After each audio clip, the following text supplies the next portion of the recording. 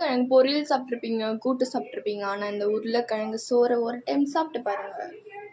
கடுகு போட்டுக்கலாம், சீரகம், சோம்பு வச்சு இந்த உருளைக்கிழங்க கட் பண்ணி எடுத்துன்னு வந்தாச்சு.